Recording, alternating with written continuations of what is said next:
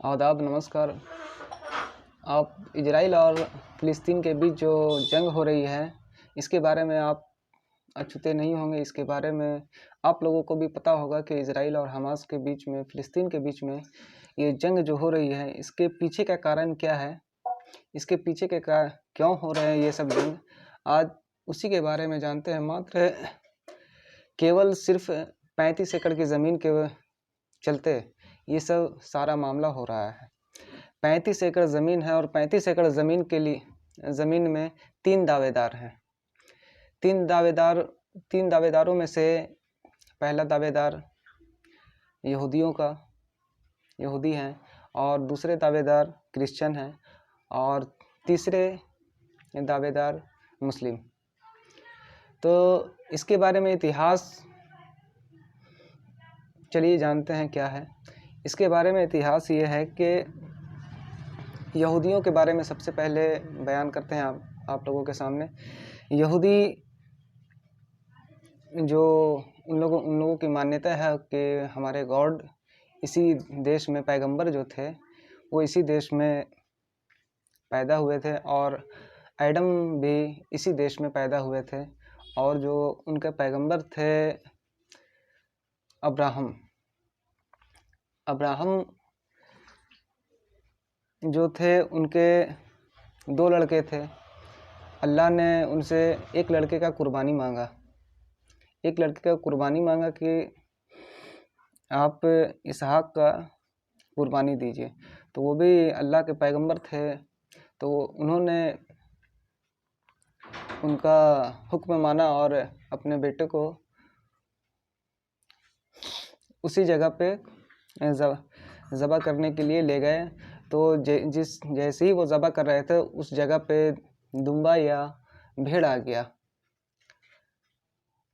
तो और वो जब अपने आँख पर से पट्टी खोलते हैं तो देखते हैं कि यहाँ पर तो ज़बह मेरे लड़के का नहीं बल्कि दुम्बा या भेड़ का हो गया है। तो उसी जगह पे जिस 35 एकड़ की ज़मीन के लिए अभी जो जंग हो रहा है, उसी जगह पे ये मामला हुआ था। और इसहाक जो थे, जिनका कुर्बानी देने का हुक्म था, वो तो साइड में खड़े थे। तो जैसे ही वो बड़े होने के बाद उनके लड़के का नाम, उनका बेटा पैदा होता है जिनका नाम होता है जैकब और दूसरा नाम होता है इजराइल। 2 नाम होते हैं उनके और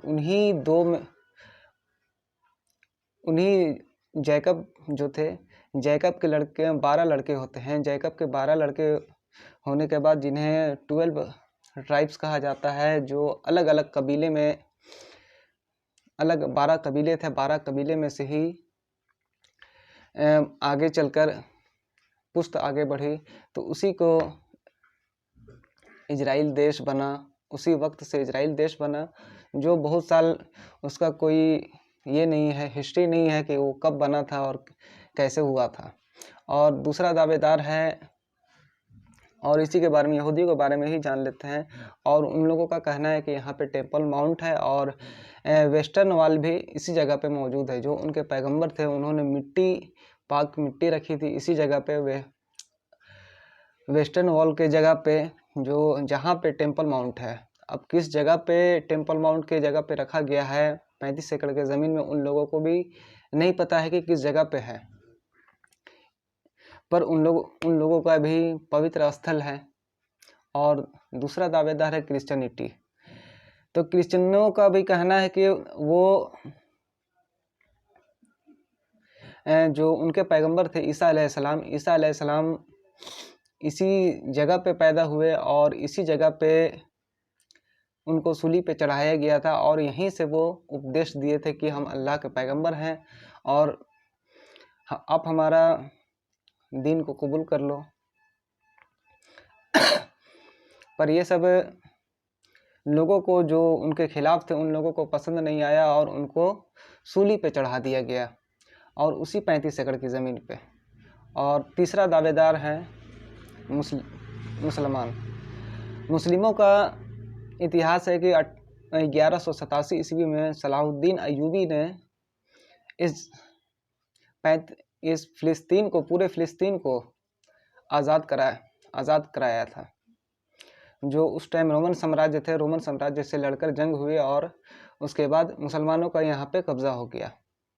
1187 से लेकर 1948 तक मुसलमानों का ही कब्ज़ा रहा। बीच में ये क्या बोलते हैं, इंग्लैंड जिस तरह से हमारे देश में भी शासन किया, उसी तरह से फ़िलिस्तीन में भी वो घुसा था, फ़िलिस्तीन में भी वो राज किया।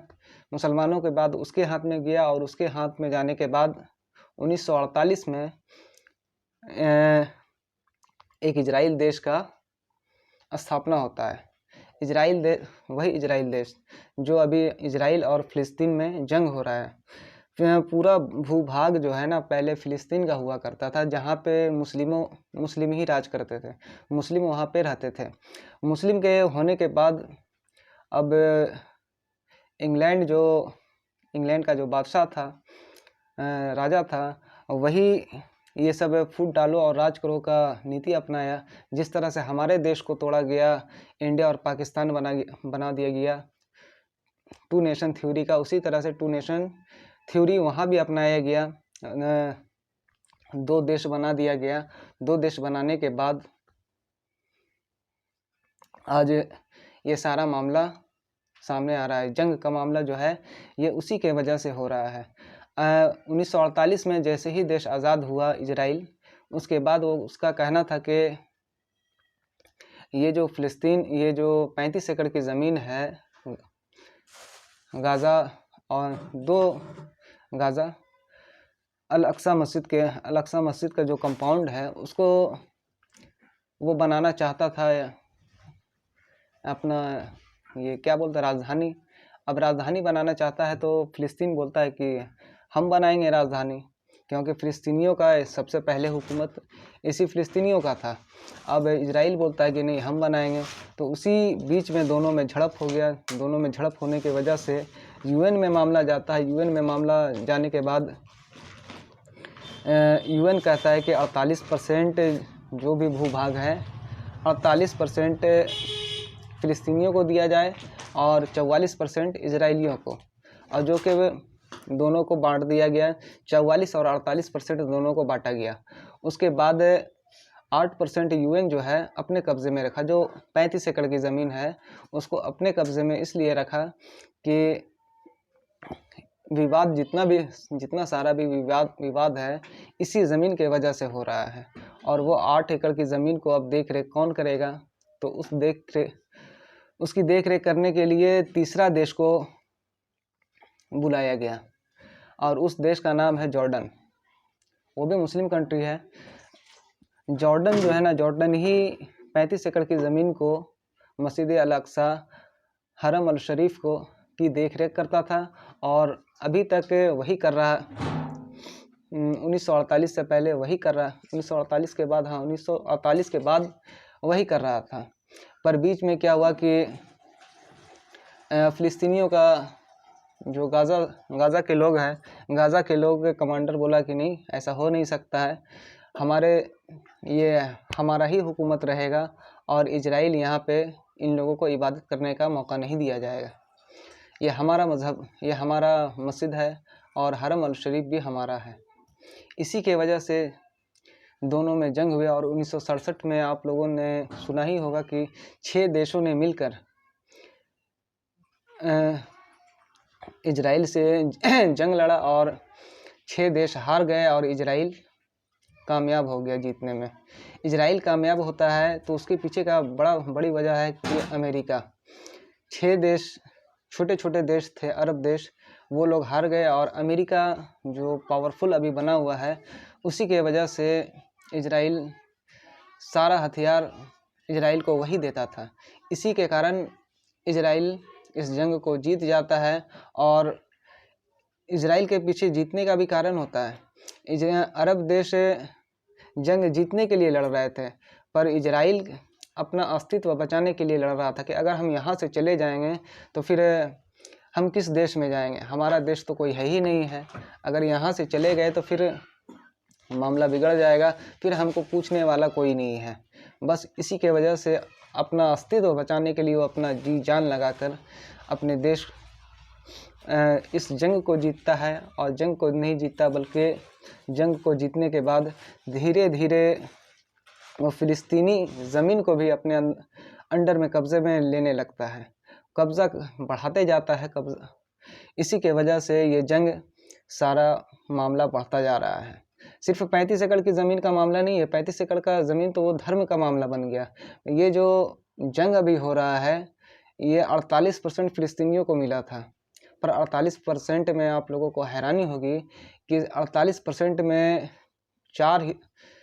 सिर्फ 12% ही अब फ़िलिस्तीनियों के पास बच रहा है। और इसी ज़मीन को पाने के लिए गाज़ा या हमास आप कह सकते हैं, गाज़ा में जो हमास है, हमास इस ज़मीन को अपनाने के लिए लड़ रहा है। और इस ज़मीन को अपनाने के लिए क्यों ना लड़े, अगर जिसका भी ज़मीन है वो अपने हक़ के लिए तो लड़ेगा ही। बस इसी के वजह से। और दूसरी सबसे बड़ी बात ये है कि 1948 में जो फैसला हुआ था यूएन का, तो यूएन इजराइल का कहना था कि फ़िलिस्तीनियों के पास कोई फ़ौज नहीं होगा और हमारे पास फ़ौज होगा। अगर फ़िलिस्तीन इजराइल इसी बात का फ़ायदा उठाया, अपने पास फ़ौज रखा, फ़िलिस्तीनियों के पास फ़ौज नहीं है, तब उसका देख रेख कौन करेगा? वो तो सिर्फ 35 एकड़ का देख रेख कर रहा है जॉर्डन, पर पूरे फ़िलिस्तीन का देख रेख कौन कर रहा है? ना ही उसके पास फ़ौज है, ना ही कुछ है। तो उसके लिए तो किसी को खड़ा होना पड़ेगा। बस इसी के वजह से हमास का स्थापना हुआ था कि ये जो ज़मीन जो हड़प रहा है इजराइल, इसको बचाने के लिए हमास एक संगठन बना। संगठन बनने के बाद वो अपने देश के लिए लड़ रहा है, पर उसको आतंकवादी घोषित कर दिया गया है। बहुत सारे पश्चिमी देश उसको आतंकवादी घोषित कर चुके हैं, जिसके वजह से जो भी कांड होता है तो उसको आतंकवाद कहा जाता है। पर ये आतंकवाद ना कह के, अगर आप कहें तो वो अपनी ज़मीन को बचाने के लिए लड़ रहा है। अपनी ज़मीन को इसलिए कि उसके पास फ़ौज है ही नहीं। अगर फ़ौज रहता तो वो किसी और के पास उसको अलग से संगठन बनाने की ज़रूरत नहीं थी। फ़ौज अगर है जिस देश में, तो फ़ौज खुद एक दूसरे से लड़कर एक दूसरे से हिसाब कर लेगी, पर यहाँ पे फ़ौज है ही नहीं है। अब उसके जगह पे हमास खड़ा हुआ। हमास खड़ा होने के बाद इजराइल से जंग करता है कि तुम हमारी ज़मीन दो। बस यही मामला है। तब तक के लिए, आज के लिए इतना ही। तब तक आप अपना ख्याल रखें। और अगर आप हमारे चैनल पे नए हैं तो हमारे चैनल को लाइक करें, शेयर करें और सब्सक्राइब करना बिल्कुल भी ना भूलें, क्योंकि आपका भाई भी मेहनत कर रहा है। और हमारे चैनल को आगे बढ़ाएं और अपने भाई को सपोर्ट करें। Thank you so much.